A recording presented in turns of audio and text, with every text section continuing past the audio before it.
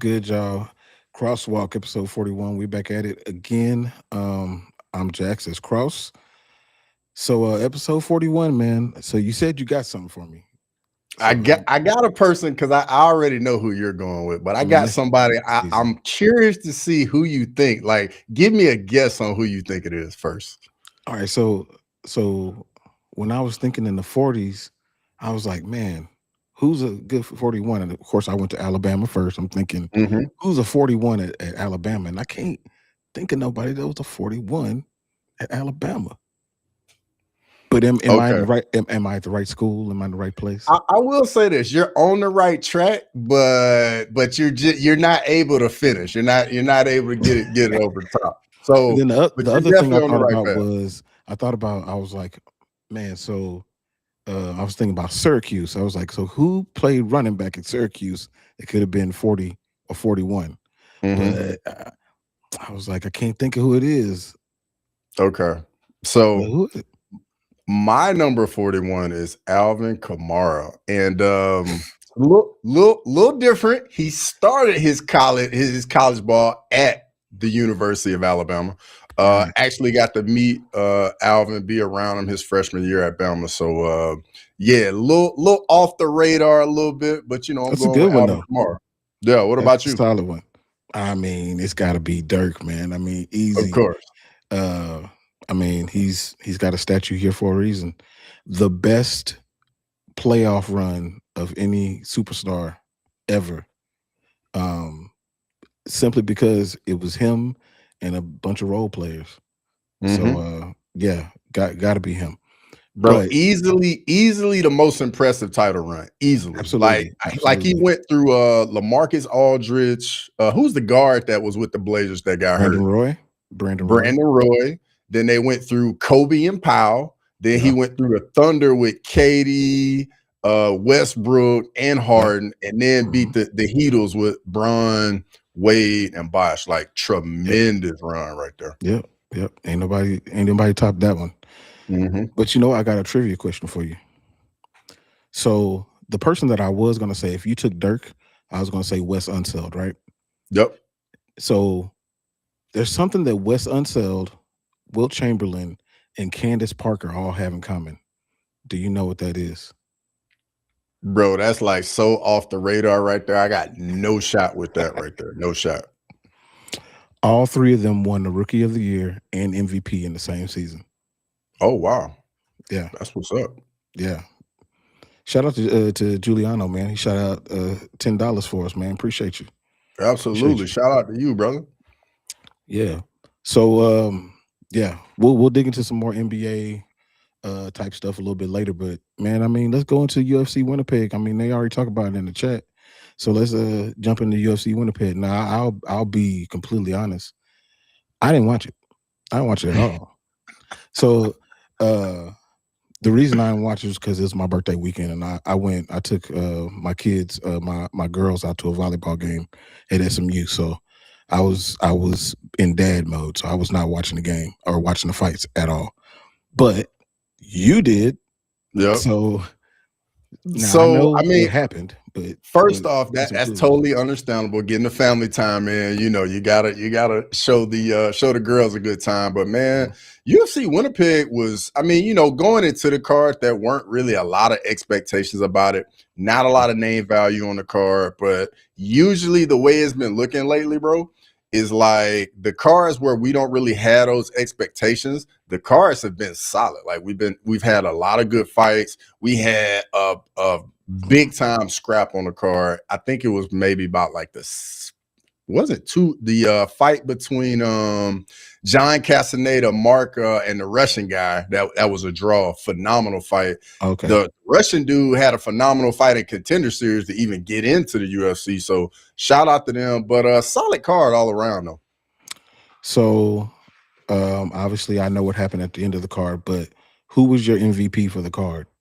So I think it's an easy one. Obviously, Mike Malott, Canadian guy, headlining the card, gets the job done against Gilbert Burns, scrappy veteran. Gilbert Burns retires after the fight.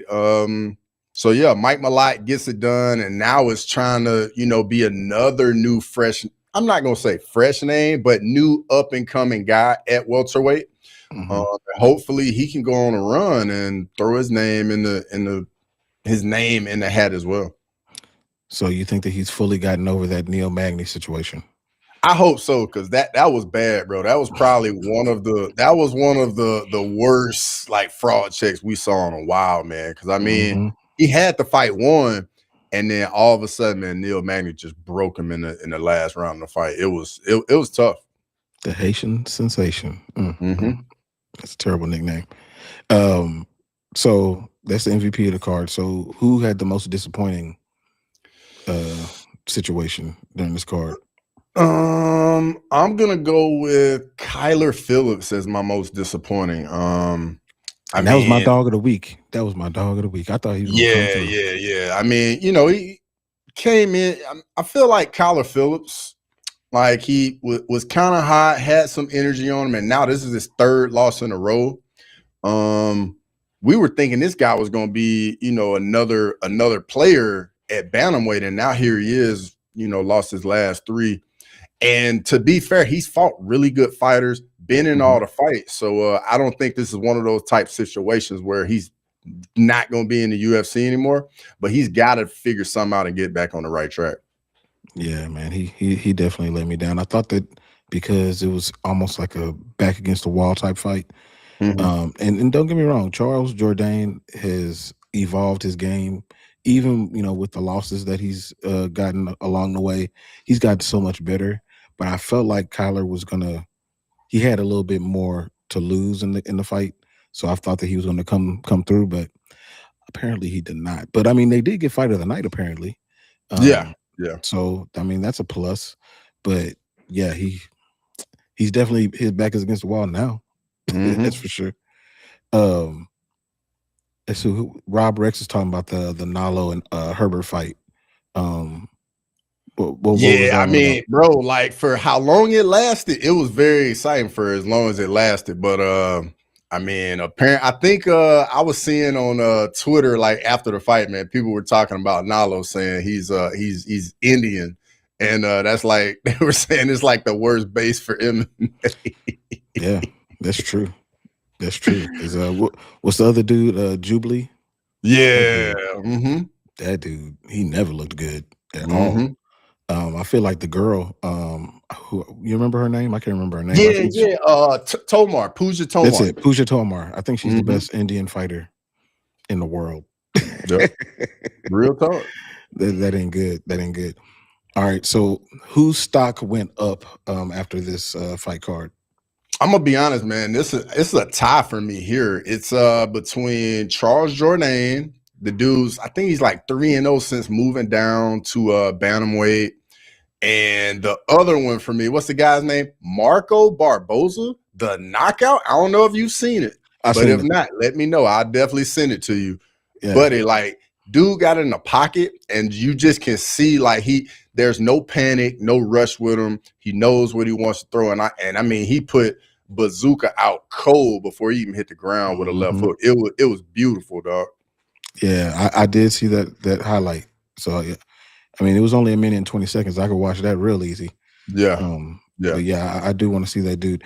All right, so whose stock went down?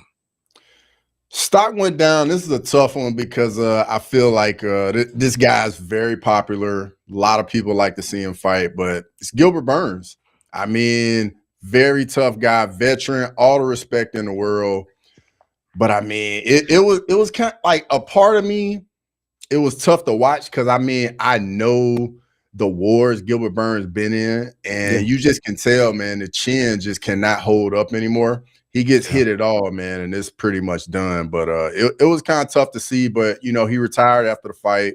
Wish him nothing but the best, and whatever he's got going in the future. But yeah, for me, it's Gilbert Burns. Yeah. Sean Moody, you saying Julian LeBlanc, his stock went down? I wonder if that's what he's saying. Yeah, I can see that too. I can definitely see that. That's a very solid argument. He lost to Robert Valentin.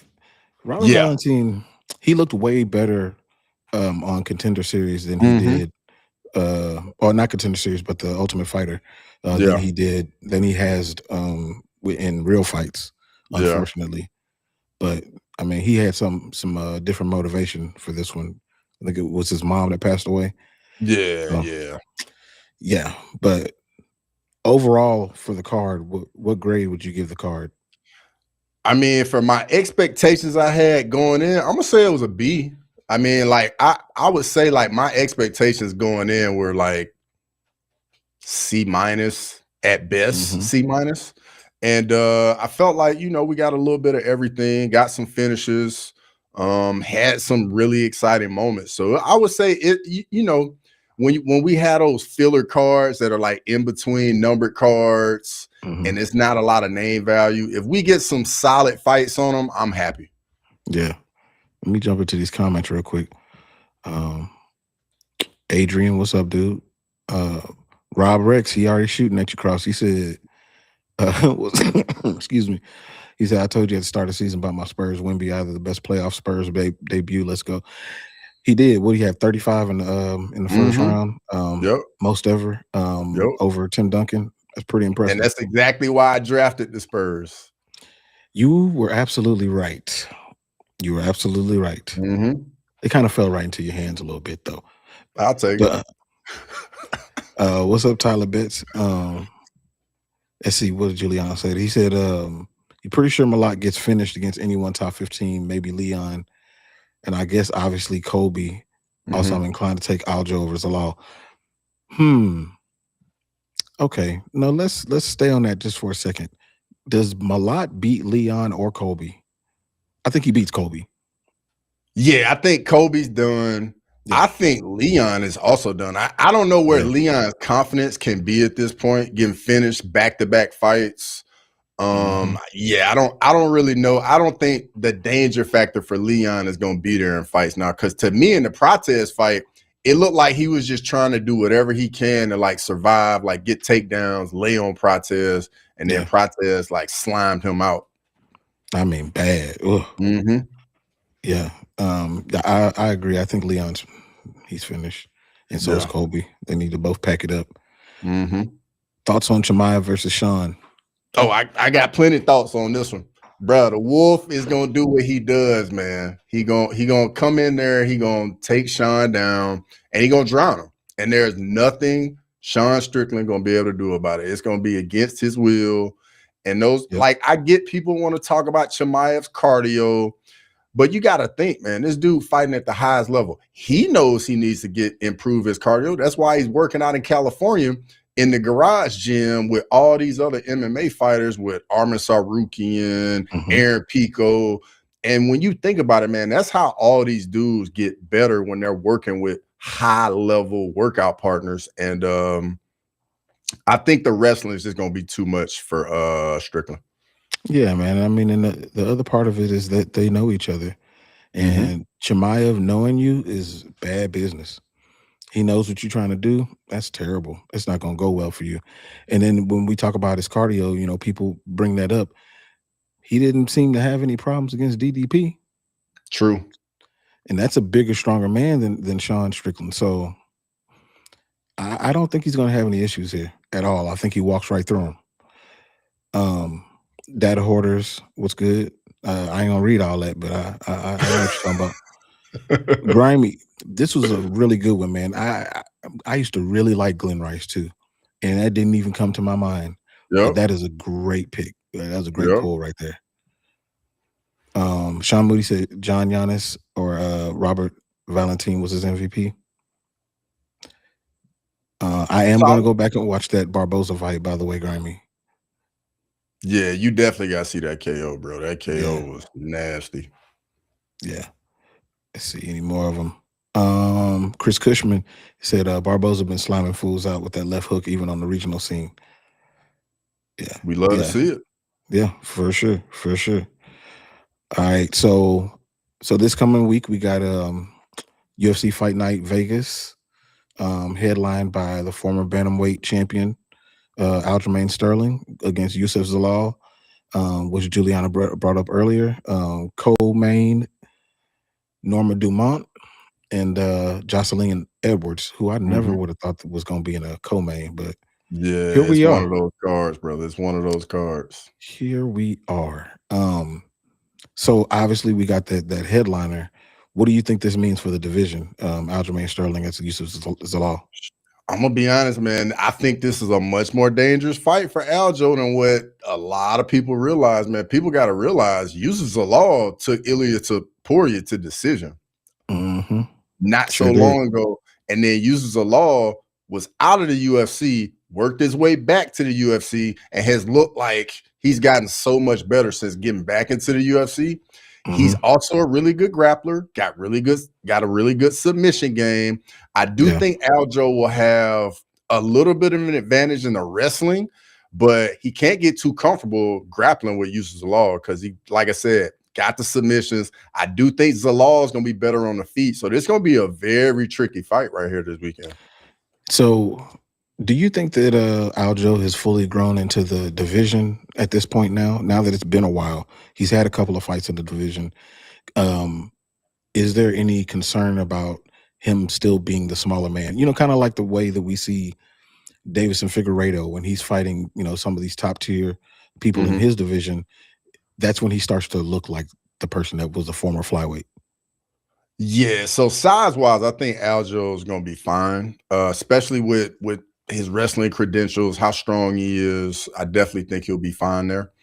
The issue where I think he may run into, Aljo's 36 years old, and I think that is something that a lot of people haven't really been talking about. And we know in MMA that 35 line, once you get under 170 pounds, like when guys get over that age, they traditionally don't really have a lot of success in the UFC.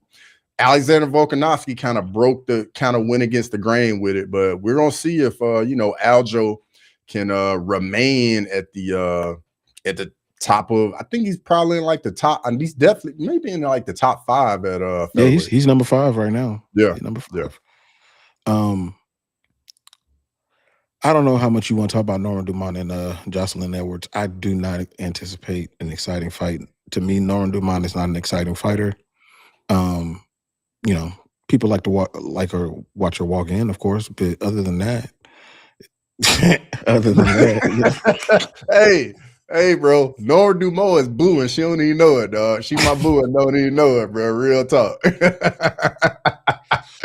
Bro, she got that wagon back there, dog. It's true. But other than that, man, I mean, is there any interest in this fight? I mean, it's an important fight for the division in the sense that Norman Dumont's number 3. So basically that, I mean, it's important for the division. I don't think the entertainment value is going to be super crazy, but we going to be tuned in. But I will say it's a couple matchups sprinkled in on the card that I think are very interesting, like the Davy Grant, Adrian Martinetti fight. That dude was the guy that fought the Russian dude from this past weekend in the all-out scrap on Contender Series. So that dude, he always brings it. That should be a good one. Yeah. Montel Jackson, Honey Barcelos. I feel like that's got a chance to be a good one. We might get a finish in that. Yeah. Bro, the Rafa Garcia and Alexander Hernandez fight, I think that's going to be a scrap for sure. Really? I'm looking forward to that one. I think so, man. I really do. Okay. Cool. And then, I mean, I don't know what to expect from this Buchecha versus Spann fight. It's basically Buchecha want to try and get the fight to the ground any way he can. I think he's like a high credentialed BJJ black belt. And Spann, I feel like Spann might have one of the worst fight IQs in the UFC. Like, I don't know what really goes on, but got a very dangerous guillotine, I will say that, and got some big time power. But yeah, I feel like Spann hasn't really done anything in a while. Let's see. Like, he beat Lucas Brzezinski his last fight, but before that got finished against Waldo Cortez Acosta, beat OSP, and then lost 3 fights in a row. So, I mean, it's been very up and down. I mean, losing to Waldo doesn't look so bad now. Yeah, now. But, I mean, before they lost 3 fights in a row. Yeah, at the time, it was awful. But yeah, no, you're right. Ryan's got some work to do. I mean, Myra Bueno Silva and fell all the way down the card. I don't know what to expect from that lady anymore. She went from a title fight being favored in that title fight, and just fell completely off. Changed divisions and just I don't know what happened to her. Yeah. And then but my boy is on this card though. My homeboy Max Griffin is on this card. We'll see how that goes. This is a short notice fight for him too. Okay. So we'll see how it goes. We shall see. Isn't Max Griffin isn't he like 40 or close to it? Mm-hmm. Yeah, that's what I thought. I knew he was a vet in the game. Yeah. Yeah, 40 years old. Westy said Volkanovski is better than Aljo. Yeah. Way better. No, he said he's blacker than Aljo. Oh, my bad. I assumed it was better. Now, blacker than Aljo. Well, yeah, like how does that work, Westy? How does that work? I see what he's saying there. I get what he's saying. But nah, he's not blacker than him. He not. And Aljo a cool dude, man. I got a chance to meet Aljo. He's a cool dude. Yeah. Dude, Aljo looks so small next to you. Speaking of, so I told you I went to the SMU game, right? And this is not my first time going to the SMU volleyball game. And there's this girl, she's a sophomore on the team, and her name's Favor Anyanwu. Bruh. She bigger than you. She Nigerian, huh? Yeah. Yeah, I already knew. Bro, something about those Nigerian genetics, man. I tell you, bro. Nah, she bigger than you. She can jump. I mean, she can jump for real. Smart, pretty. Like, bruh, she different. She different. Star on the team. Yeah, I believe it. It's crazy. It's crazy. So does that mean like she's replacing what's the former featherweight in the women's division? What's her name from Australia with all the tats? Oh, Megan Anderson. Yeah. Did she take Megan Anderson's spot? Bruh, if you are gonna make like a super villain with her, you can't. Y'all got to stay far apart. You're gonna destroy the world. Can't do it. But nah, she's dope. I like her a lot. Okay. But yeah, I'll send you a picture. You're gonna be like, oh my god. Okay. Anyway, so yeah, anything else you want to touch on this card before we jump into some NBA? Nah, I think that's good, man. You know, with these little filler cards, man, I don't think it takes a whole lot. We can definitely touch on. I mean, we got the NFL draft coming up, and you know the NBA playoffs. Grimy, come on, bro. Come on, dog. Oh, Grimy said he did ask a good question though. He said, "Is this card worse on paper than last week's card?" I think on paper it's worse. I think you think this card? You think this one's worse? I feel like the last one was worse on paper. Hold on, from a name aspect. Let me pull last week's. But mind you, I didn't watch the card, so I can't say. Yeah, last week was kind of bad. I had to go back and look at it. It's pretty bad. You look at that card, you're like, who are these people? But man, this weekend's pretty bad too, though. Like, I'm sorry. It's literally a coin flip, dog. Literally a coin flip. So, Grimy, you saying you're not excited to see Jackson McVeigh against Cedricus Dumas? You're not excited about that? Nah, bro. Dang, dog. Westy talking about your girl, bro. He said Megan Anderson is slightly hunchback. Hey, Megan Anderson can do no wrong in my book, man. No wrong. No wrong. I will protect her at all costs. All right, so let's talk about some basketball, man. So what I did watch this weekend were the playoffs. I did watch that, and I recall I think you sent me something before the game. You may have sent me something about Kevin Durant being out for the Rockets, and we talked about this. We talked about when we were kind of making our predictions, and you were mentioning that before you knew that Luka and Austin were out, that you were kind of leaning at this being kind of a back and forth type of series. And then Kevin Durant got out, and that changed everything. And LeBron controlled the entire game, and the Houston Rockets could not score a basket. Nope. Dude. Yeah, when I mean, with Kevin Durant being out, man, like I don't think people understand just how critical of a piece that is. It's so easy because playoff basketball, the tempo is gonna slow down, and it's a lot more half court basketball, right? So what ends up happening is your superstars got to go get tough buckets, and there is nobody better in the NBA at getting tough buckets than Kevin Durant. Kevin Durant, and I mean, makes it look easy too. So losing that definitely puts a lot more in Sengun, or Sengun. But I don't know, man. We're gonna see if KD can get back for game 2. But without him, man, the Rockets are in trouble. We're talking about donate some of that hair to the homie Cross. Nah, that's his thing, bro. Like he's mastered it now. He can't go to hair now.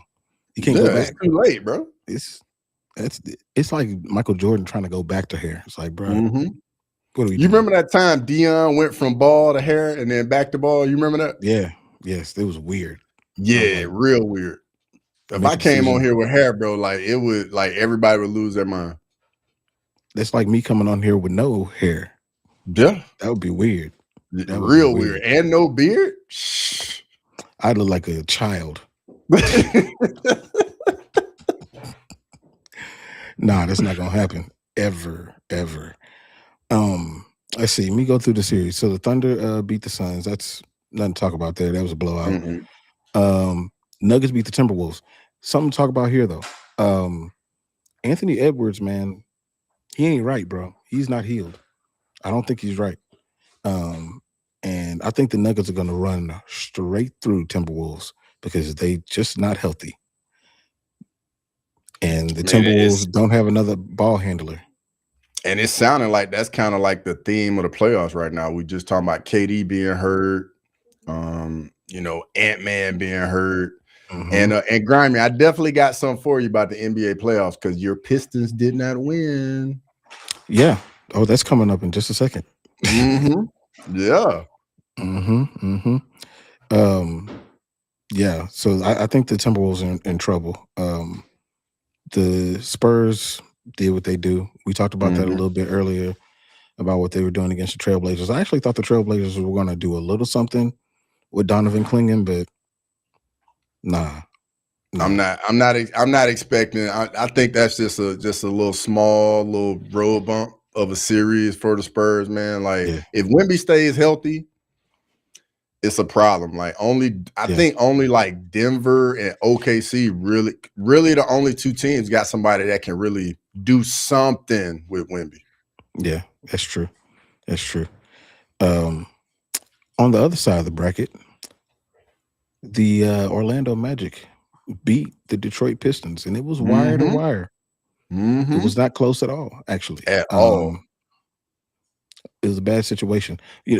And Anthony Black, Duncanville Panther, went against Ron Holland on the Pistons, also a Duncanville Panther.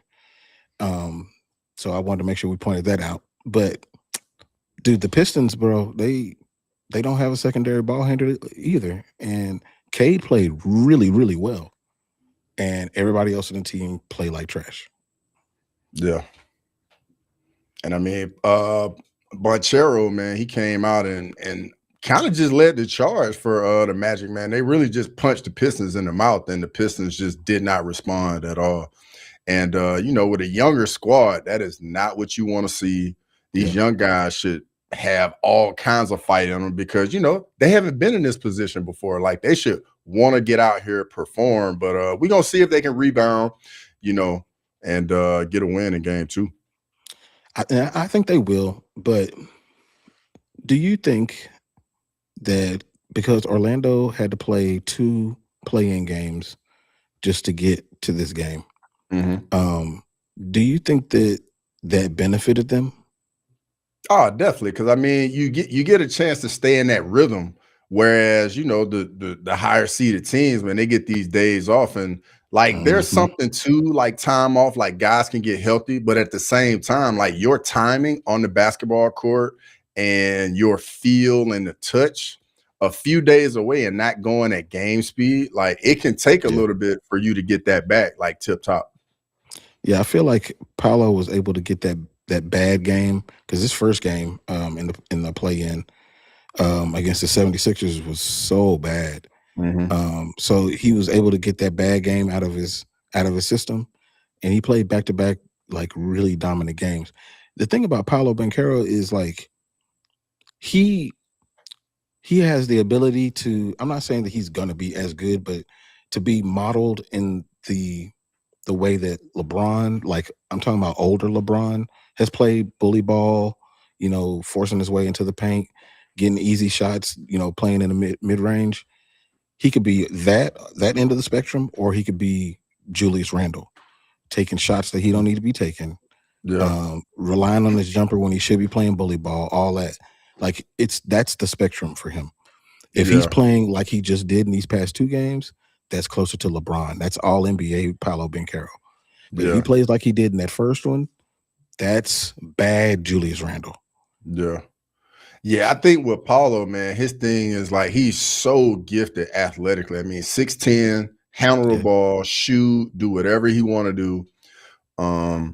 I think for him it's more sort of mindset. Like I think he needs to go into games thinking like, hey, I don't care who's on the floor. I'm the best player out here. And I definitely can come out here and I can show it. And I think once he plays with that night in, night out, he's gonna go to another level. Yeah, I agree. Rob Rick said he thinks that AE is ready to leave the Wolves. Nah, he ain't going nowhere. He the man up there. He owns that city. Yeah, he's the guy. He ain't going nowhere. He ain't going nowhere. Wesley says, should I create an IG group chat for all my homies to share channels? You should. You're the bridge, man. You're the bridge. You definitely should. All right. Hawks Knicks. It was a really good game. Jalen Brunson. Yes. Now, CJ McCollum was balling. Jalen Johnson wasn't. And the Hawks can't rebound. That's really what it came down to. They can't rebound, especially against the Knicks. I don't know. Yeah, I ain't gonna lie to you. It's something about I've always been a fan of like the Knicks in the playoffs because for whatever reason, man, when the game's in Madison Square Garden and you hear the crowd, you see Spike Lee on the side. It's something about those playoff games in New York City and Madison Square Garden. Even though you never really expect the Knicks to win it all, it's just the atmosphere at Madison Square Garden can't really be beat. That's very true, and they ain't won it all since 1973. So, you don't expect that from them, but I feel like the game is better when the Knicks are good, the Lakers are good, the Celtics are good. Like it's more engaging when those teams are good. So I do like to see them do well, but I thought this was going to be a little bit. I mean, it's only game one. I expect this to be more of a series because the Knicks tend to play down to their competition a lot. But there's one thing that's missing from the series that I wish was there, and that's Trae Young. Yeah. Trae Young different when he played the Knicks, man. He's a different guy. So we'll see if Jalen Johnson can get back into the game and match what CJ McCollum is doing, and then the Knicks can make this a series. Let's see. The Cavs beat the Raptors. I fully expect that to happen. And then the Celtics blew out the 76ers. 76ers ain't healthy, so no Embiid. Yeah. Let's see what Rob Rex say. He said Spurs versus Boston in the finals. Not a bad pick right there. Highly possible. Highly possible. I don't know. The real series is going to be when the Thunder face the Spurs later on. Yep. But before that, Spurs got to get through the Nuggets. Yeah, and I mean, bro, Wemby Jokic is gonna be that's gonna be the matchup of the series. Yep. We'll see, man. But I'm very hype on the playoffs, man. It's starting off well. Um, James Harden hadn't played bad yet, but it's coming. So just wait, y'all. Just wait. Just wait. He going Stephen A on him. Yep. Just wait. Just wait. It's two things that are always true. Donovan Mitchell never gets to the conference finals, and James Harden is going to start playing like a two-way player in the playoffs. Both those things happen every time. Every time. And Donovan Mitchell's thing, it's not always his fault, though. So it's just the team. It's just the team. All right, so let's dig into the draft, man. The NFL draft. So before we dig into it, man, so I have a unique question for you.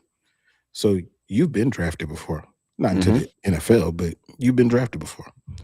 So if you could go back, knowing everything that you know, and you could have been drafted in the MLB, the NFL, or the NBA, which one would you have wanted to be drafted in? So it's so different because I mean, with the MLB draft, at the time when I was in it, there were like 50 rounds, and getting drafted in MLB, like you're not going straight to the big leagues. Like you still got to work your way up through the minor leagues. Yeah. So first off, that whole process puts the MLB at the bottom just off that, because the NFL, you get drafted in the first 5 rounds, you're pretty much on the team. Like you're gonna get a roster spot, you're getting guaranteed money, and it's totally different. And NBA, I feel like you got to be in the lottery. Like if you're outside of the lottery, there's no real guarantees for real outside of the lottery. So I would think just from a number standpoint where there's more slots, I would probably go with the NFL. But longevity wise, probably the NBA. Yeah, I figured you were going to say NFL. So, which leads me to my follow-up question, and I can answer this one. What NFL team would you not want to be drafted by? Oh, man, it's more than one, honestly. It's more than one. I would probably say, unfortunately, I mean, actually, yeah, it's definitely more than one. It's a few actually. The Jets, because I mean, you already know you're never gonna win anything up there. Yeah. The Browns, you're never gonna win anything, and you're gonna have really bad weather. And I think the other one's probably like the Bengals too. Just because like I've had a couple buddies play for the Bengals, and I just heard like how they treat a lot of the players, and they don't really like spend a lot of money to like take care of the players, which when you're playing a professional sport, honestly, that is the most important part. Does the organization spend money on the players and like take care of them and all of that? And that's a very, very important part. Yeah, you know, they did a whole survey about that too, to the players, and they put it out, and the teams were a little bit upset. It's like, don't be upset, do better. And I think the Bengals were at the bottom. I think they put it in the collective bargaining agreement where they can't do it anymore. I think the Bengals have like the worst, like everything. Yeah, they don't spend any money, dude. I think a baseball equivalent to the Bengals would be like the Marlins or the Rays or the A's. They don't. Yeah, those three. Neither one of them. None of them. They don't spend no money at all. At all. It's crazy.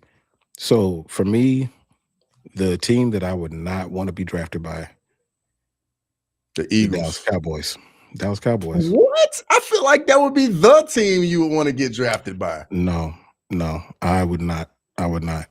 One, it is a lot of pressure, and it's a very short leash.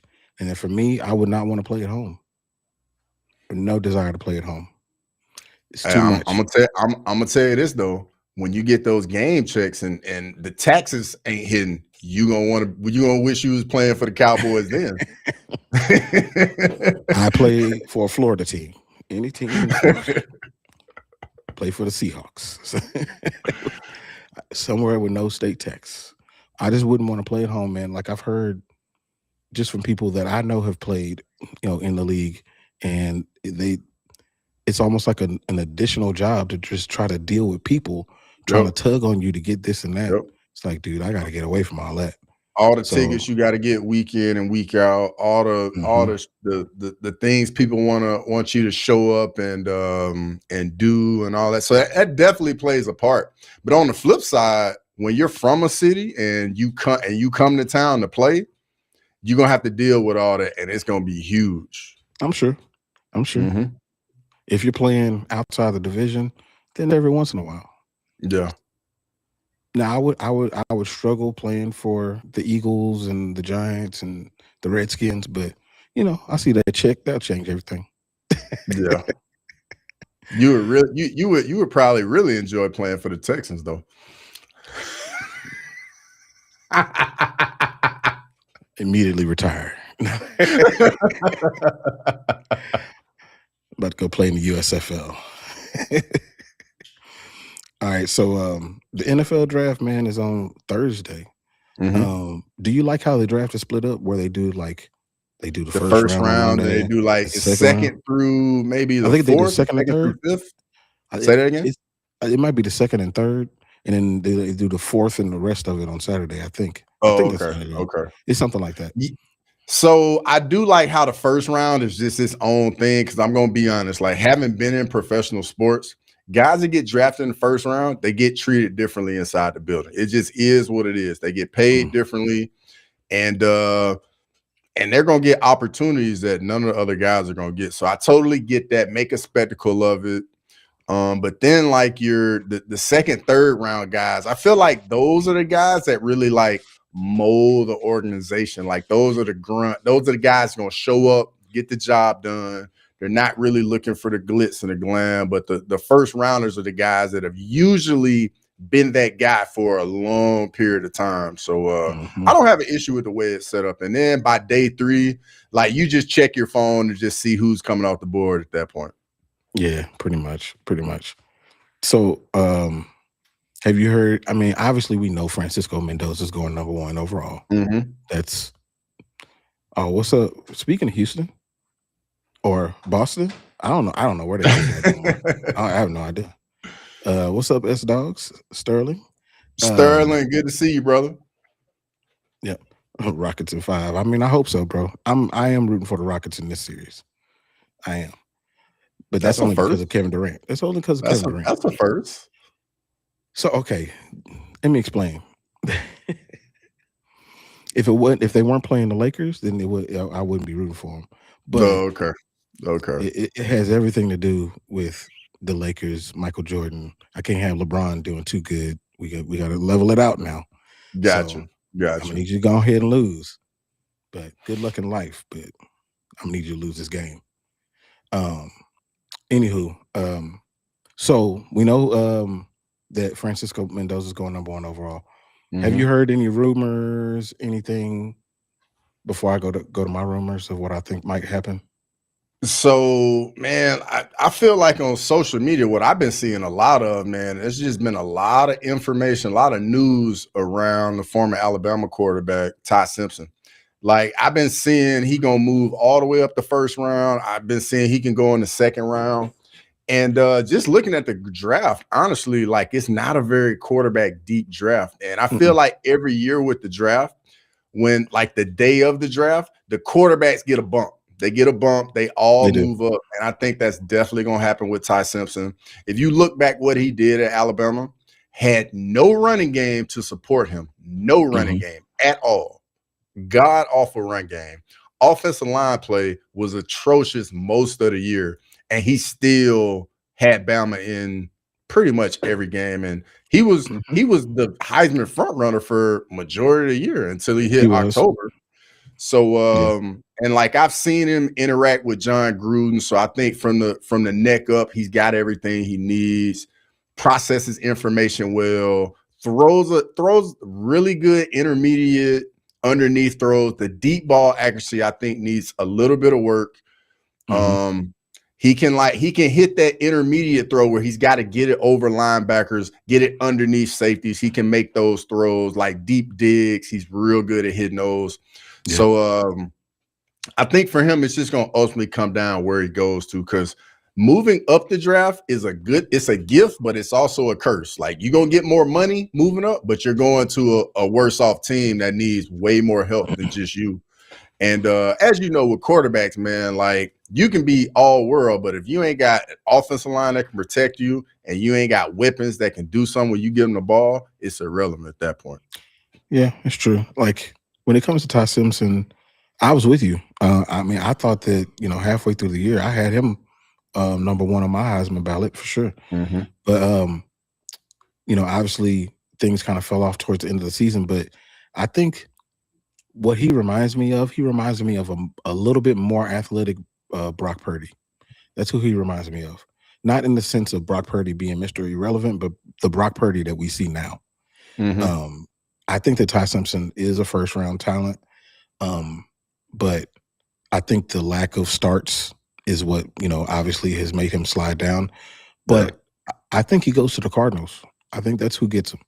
I think the Cardinals might trade. I think they might trade back in and snatch him up because they need him. They got Jacoby Brissett, who they have a little contract dispute going on right now.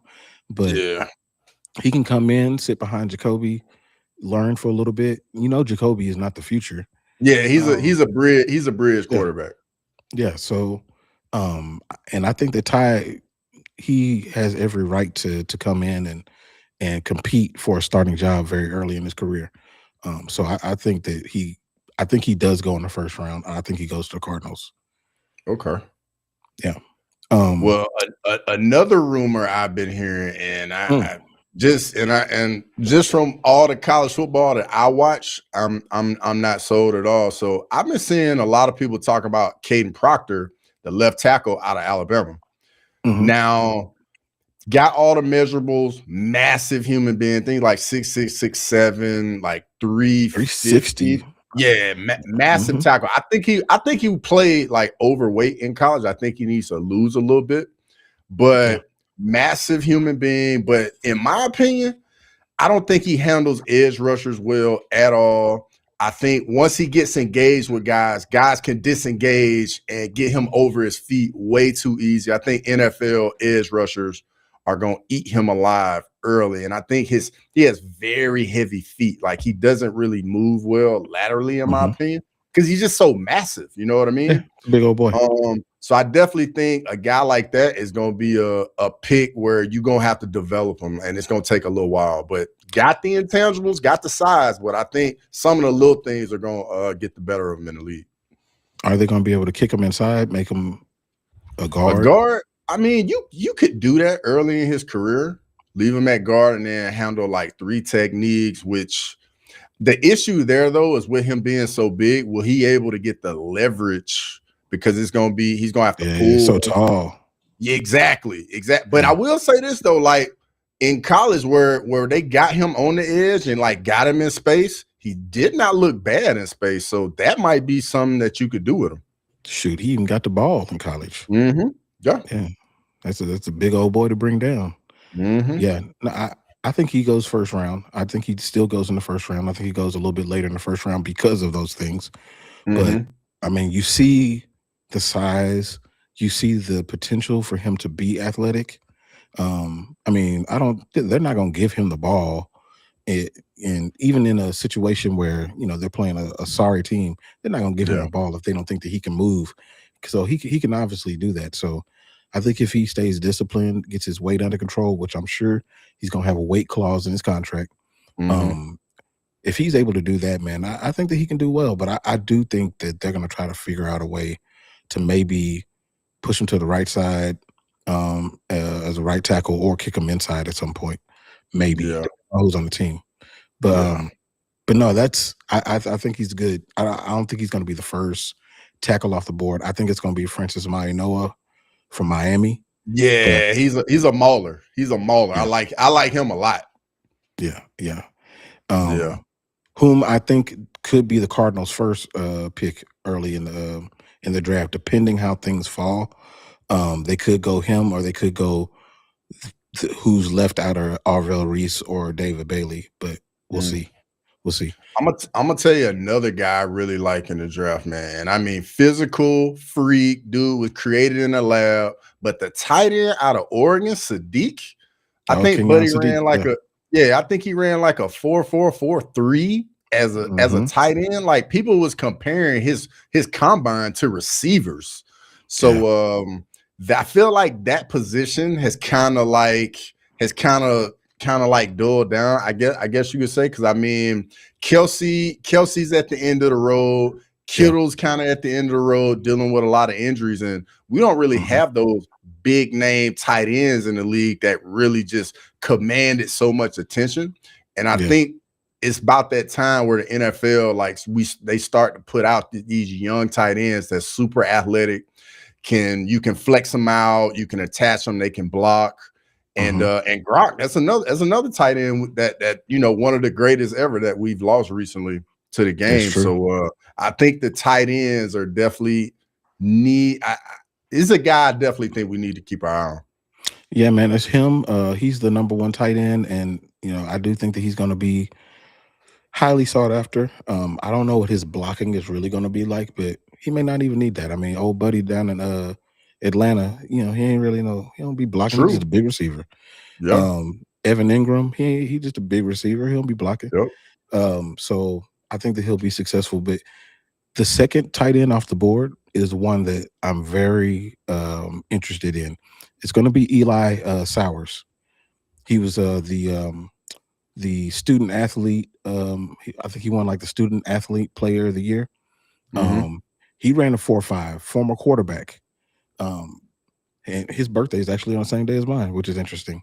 But I think that he's going to be really good. He's going to be a sneaky one. He's going to not go on the first day. I think he'll be a second day pick, but I think he's going to be a sneaky pick for whoever gets him. After obviously Kenyon Sadiq is the big name at the position. Yeah. So I got a question for you. So I don't know if you're familiar with this guy, but Taylor Green, the former quarterback from Arkansas, 6'6", ran like 4.3, 4.4, just like physical freak.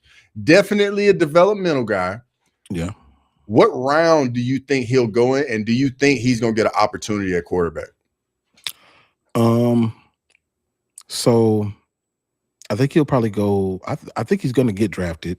I think he'll go late rounds, like fifth, sixth round, something like that. Because you still got all these other quarterbacks who they view higher for whatever reason.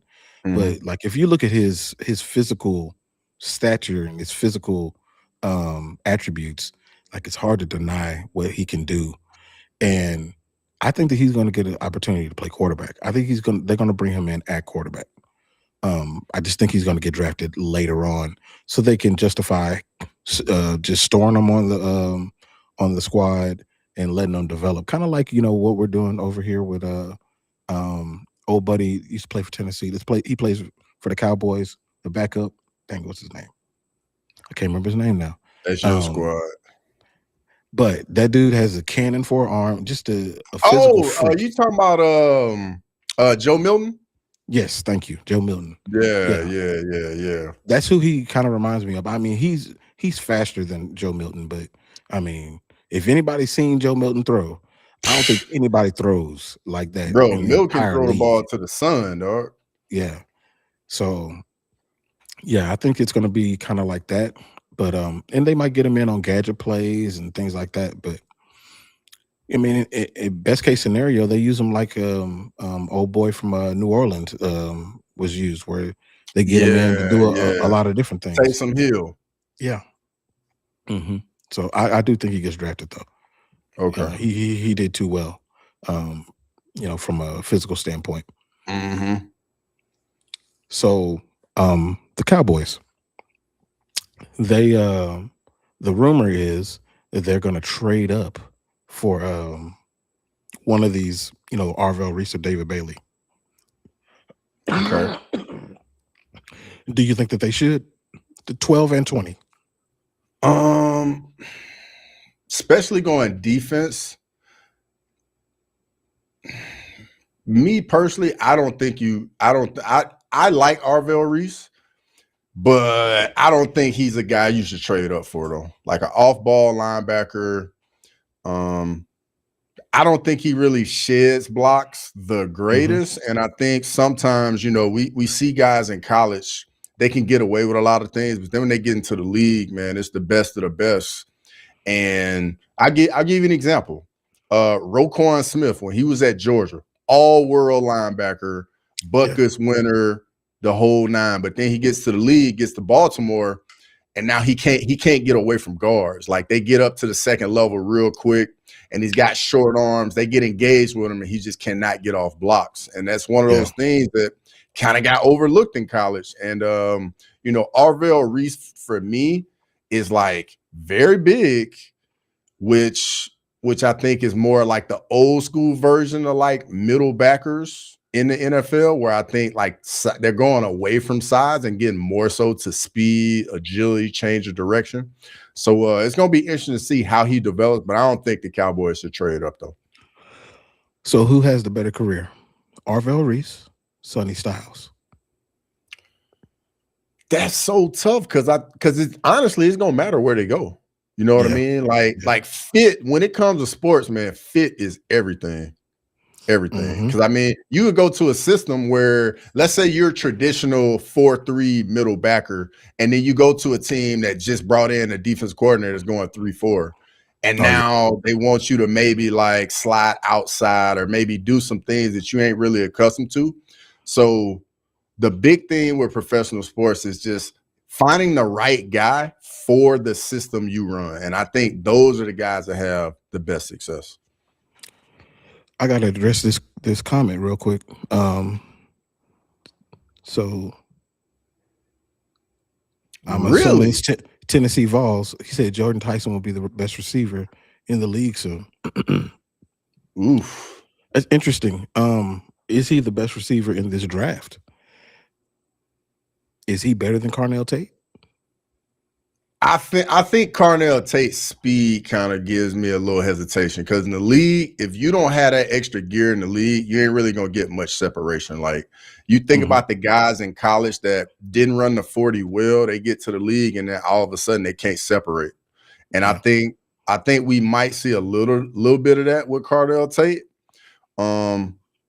So I think between the two, I like Jordan Tyson a little more. Yeah, I think I like Tyson a little bit more. But to say he's going to be the best in the league soon, that's tough. That's tough. Yeah, I'm with Grimy on this one. I'm a big Jamar Chase fan. You got Chase in there. You got, Jettas in there. You got CD. You got George Pickens. You got JSN. Like, bruh. JSN might be the guy right now. I mean, if you look at what he did last year, he's the guy. He's the guy. So if I had to pick one, though, I'm taking Jamar Chase. I'm sorry, that's who I'm taking. If you picking one receiver, that's the guy you taking. Jamar Chase is the one. It's not a bad pick. I'm taking Justin Jefferson. It's fair. That's who I. But you got to think they was on the same team in college as Jamar Chase was the number one option. That's true. That's true. I'm just saying. That's true. I'm just saying. I feel like Justin, he's done more with less. I think he's done more. Okay, I can give you that. I can give you that. Yeah. Grimy JSN, the Buckeye. So never. Okay. I mean, yeah.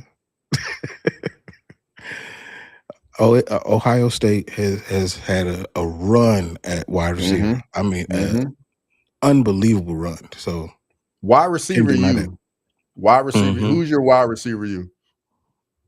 Ohio State, LSU, Bama. It's between those three. It is. Dude, Bama's got some wide receivers, bro.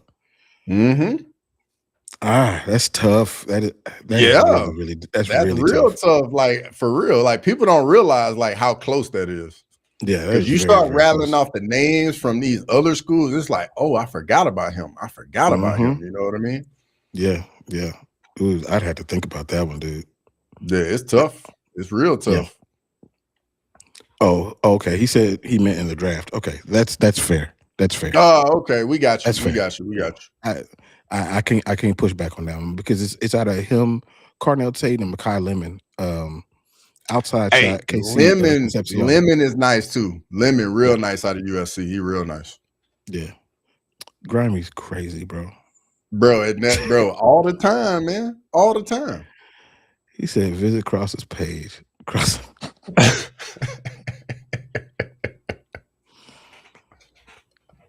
Dog, you crazy. Oh, man. All right. So we didn't hit everything, bro. Anything you want to touch on before we get out of here? No, I think we can get out of here, bro. Just looking forward to the draft on Thursday. Absolutely. And obviously the card this weekend and the NBA playoffs. But shout out to everybody in the chat, man. We always appreciate it. As always, y'all always in here cracking the jokes, chopping it up with us. We always appreciate it. So I just want to say thank you to everybody. Yep, definitely. And make sure y'all go back and watch some stuff that y'all haven't watched before. Other streams, other videos or whatnot. Just support the channels. So on that note, man, we'll see y'all next time. Peace. Thanks for watching Crosswalk. Come back next Monday to chop it up. So please